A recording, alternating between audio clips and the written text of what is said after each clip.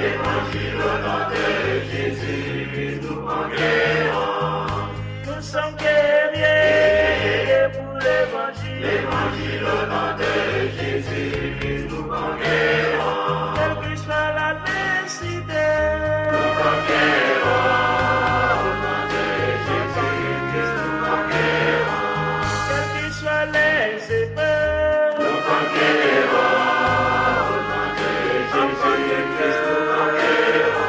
quelle que soit la nécessité, Nous conquérons. Au nom de Jésus, nous conquérons.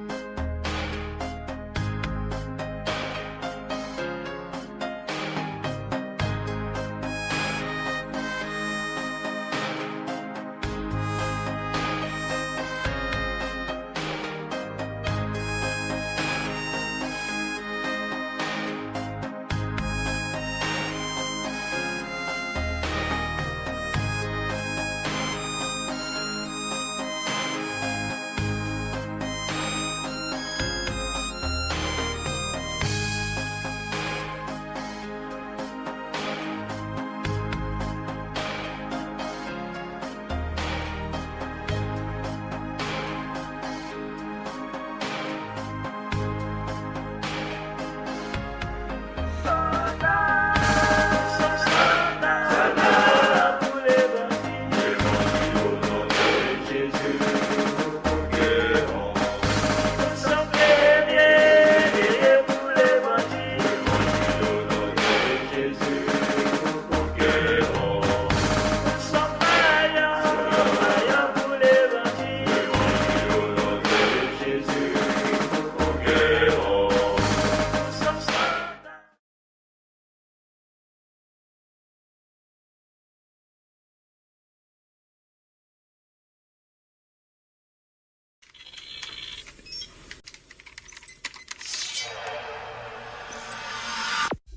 Puisque l'approche scientifique ne permet pas de trancher la question, il faut se tourner vers d'autres indices pour trouver la réponse. Le premier signe est en rapport avec la Bible. Pour beaucoup de gens, ce best-seller mondial numéro 1 est juste un livre religieux parmi d'autres. Pourtant, ceux qui prennent la peine de le lire se rendent assez vite compte d'une caractéristique surprenante. Son unité, sa cohérence. Bien que sa rédaction ait demandé 1500 ans, elle nous dévoile un propos cohérent qui s'est construit progressivement au cours des siècles et qui apparaît au final comme un édifice impeccable, majestueux, et qui dépasse totalement ceux qui l'ont construit. Des premières pages aux derniers mots, elle est centrée autour d'un même sujet, la connaissance de Dieu, le Messie et le plan du salut divin pour l'humanité. Pour celui qui ne connaît rien à la Bible, cette affirmation peut paraître un peu fumeuse. Pour lui, c'est juste des mots, des concepts abstraits, de la spiritualité, sans rapport avec le monde réel. Mais pour celui qui la lit et cherche un peu, l'évidence devient de plus en plus écrasante que quelqu'un, derrière ce livre, au travers de centaines d'épisodes, de miracles, de prophéties et d'événements surnaturels, quelqu'un a construit un message qui nous est adressé. Par exemple, Moïse expose clairement la base de la relation avec Dieu et annonce la venue du Messie. 5 siècles plus tard, David, parmi d'autres, prophétise les détails de la crucifixion tout en engendrant les ancêtres de Jésus. 300 ans plus tard, c'est l'œuvre monumentale d'Ésaïe qui complète de façon saisissante le portrait du Messie, annonce son sacrifice, sa résurrection et la future restauration mondiale.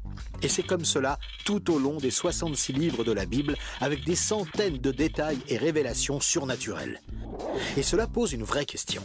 Comment cette quarantaine d'auteurs tellement différents, Moïse, David, Salomon, Ésaïe, Daniel ou Jésus, qui a accompli des dizaines de prophéties par le seul fait d'exister, comment peuvent-ils parler d'une seule voix et aborder chacun une facette du même message ?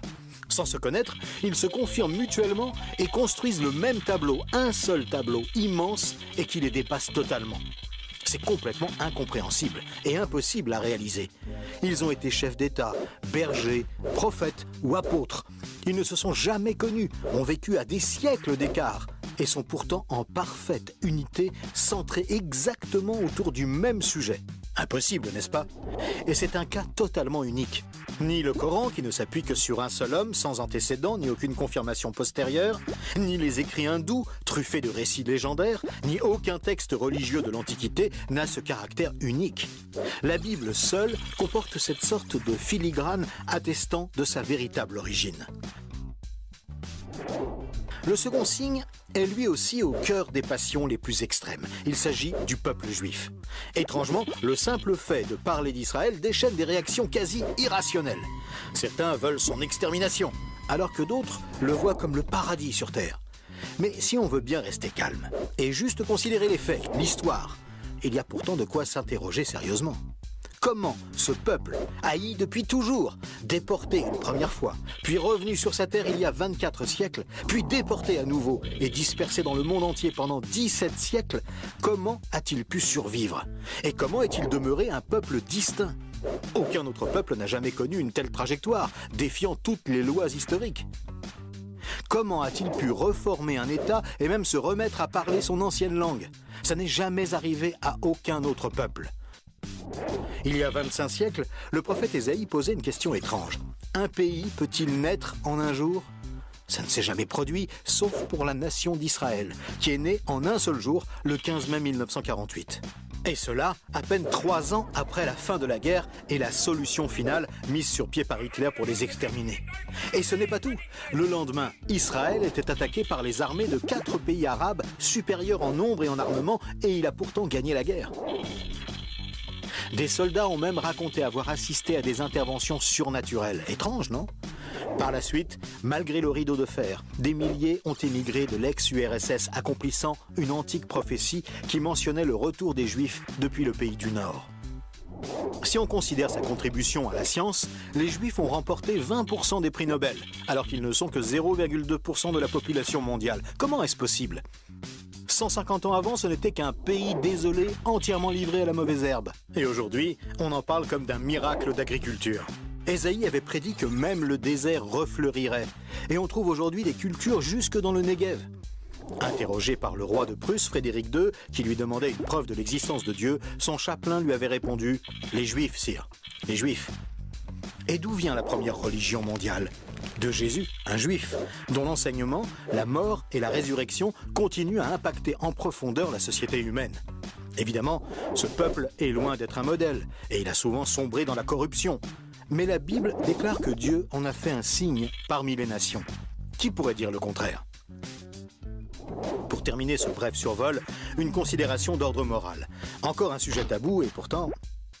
La Bible présente le bien et le mal comme des valeurs absolues, des valeurs extérieures à l'homme, qui les perçoit cependant par le moyen de sa conscience. Au contraire, la vision matérialiste de l'homme affirme que le bien et le mal sont des notions culturelles, relatives, résultant d'un long processus évolutif de l'être humain. Pourtant, tout le monde considère certaines valeurs morales comme supérieures à tout le reste. Par exemple, violer une petite fille, massacrer des bébés, commettre un génocide ou laisser quelqu'un mourir de faim sont considérés comme cruels et inacceptables. Même si certains tortionnaires ont affirmé qu'ils n'y voyaient rien d'immoral, nous pensons qu'ils n'avaient pas le droit de faire ça. Mais pourquoi le pensons-nous? Pourquoi pensons-nous que certains préceptes moraux sont supérieurs? D'où vient ce sentiment qu'il existe, en dehors de nous, des normes morales supérieures, des normes indépendantes de nous, puisque nous nous sentons nous-mêmes jugés par ces exigences morales? Étrange, non? Nous avons parfaitement conscience d'être imparfaits. Nous pensons que l'humanité est détraquée, mais par rapport à quoi? Ce sentiment de culpabilité contredit d'ailleurs la théorie de l'évolution et son hypothétique lutte pour la survie. Et pourquoi l'homme aspire-t-il au merveilleux, au paradis, quelle que soit sa culture?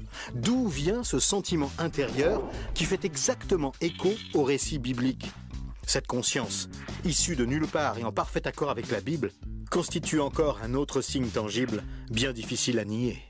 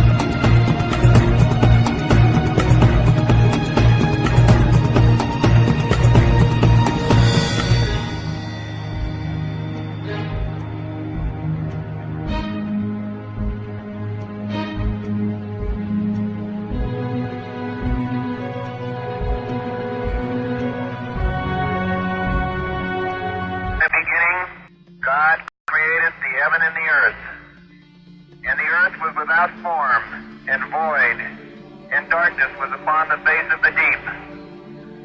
And God said, "Let there be light." And there was light. And God saw the light, that it was good.